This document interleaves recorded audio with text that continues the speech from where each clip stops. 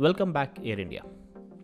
इसी ट्वीट के साथ रतन टाटा ने स्वागत किया एयर इंडिया की घर वापसी का। एयर इंडिया टाटा ग्रुप के लिए सिर्फ बिजनेस नहीं बल्कि एक इमोशन है।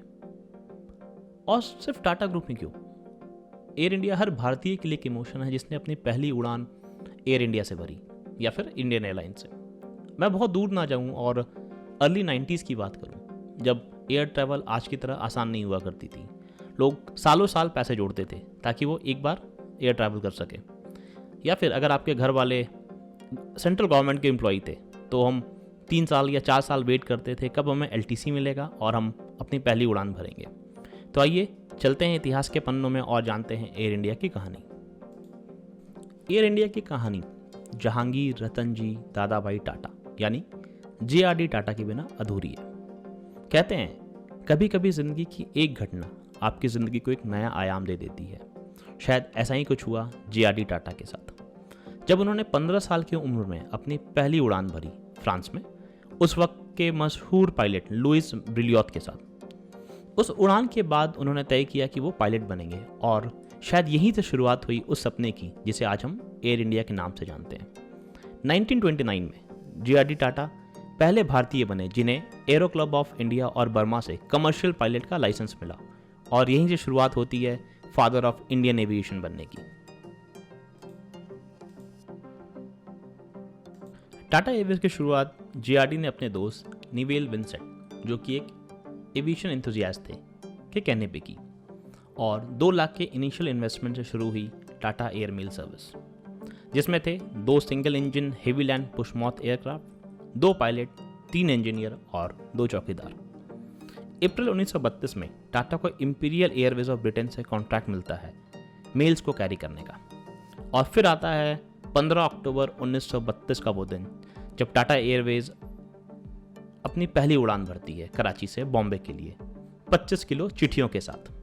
ये सिर्फ टाटा की पहली उड़ान नहीं थी बल्कि देश की पहली कमर्शियल फ्लाइट थी, और जिसके पायलट थे JRD टाटा। फ्लाइट कराची से बॉम्बे होते हुए मद्रास गई। मैं आपको एक और इंटरेस्टिंग फैक्ट बताता हूँ। अगर आप उस वक्त टाटा एयरलाइंस में ट्रैवल करते तो आपको आज की तरह आरामदायक चेयर नहीं मिलती, बल्कि आपको उन चिट्ठियों के बोरे के ऊपर बैठ कर ट्रैवल करना पड़ता।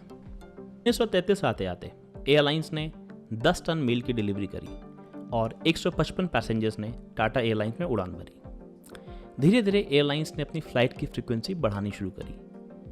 1938 आते आते टाटा एयरलाइंस को 5 लाख का प्रॉफिट हुआ।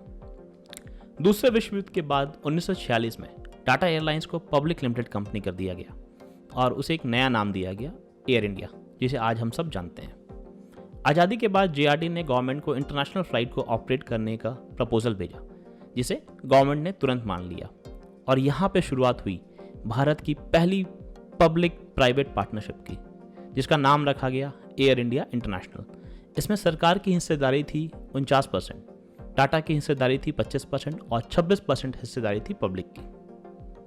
48 एयर इंडिया ने अपनी पहली इंटरनेशनल उड़ान भरी बॉम्बे से लंदन के लिए, और उस फ्लाइट को नाम दिया गया मालाबार प्रिंसेस। जहां भारत के रजवाड़े अपना चार्म खो रहे थे, वहीं Maharaja of skies Air India JRD की लीडरशिप में एक नई ऊंचाइयों को छूता जा रहा था।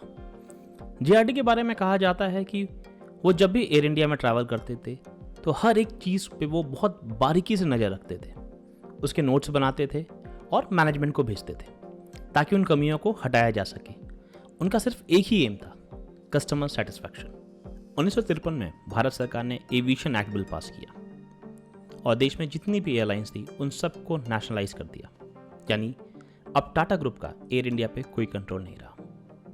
JRD टाटा एयरलाइंस के नेशनलाइजेशन के पक्ष में नहीं थे। उनका मानना था कि भारत सरकार के पास एयरलाइंस को चलाने का कोई एक्सपीरियंस नहीं है। तभी तत्कालीन कम्युनिकेशन मिनिस्टर जगजीवन राम ने उनसे कहा, तो फिर क्यों ना आप ही एयर इंडिया को चलाएं, और JRD टाटा को एयर इंडिया का चेयरमैन बना दिया गया। 1960 में एयर इंडिया एशिया की पहली एयरलाइंस बनी जिसने अपनी फ्लीट में जेट एयरक्राफ्ट गौरी शंकर को ऐड किया। 1971 में एयर इंडिया ने बोइंग 747-200B खरीदा और उसका नाम रखा गया एम्पेरर अशोका, और इसे कहा जाता था palace in the sky. Air India अपनी सर्विस एक्सीलेंस की वजह से जानी जाती थी और यही रीज़न था एयर इंडिया वक्त के साथ नए आयाम को छूती जा रही थी, जहां एयर इंडिया का मतलब था luxury, service and customer excellence. Air India की बात उसके मैस्कट यानी महाराजा के बिना अधूरी है। इसे बनाया था उस वक्त के एयर इंडिया के कमर्शियल डायरेक्टर बॉबी कोका ने। महाराजा 1960 और 1970 के दशक में एयर इंडिया के एडवर्टीजमेंट का एक खास अंग रहा है और लोगों ने उसे काफ़ी पसंद भी किया।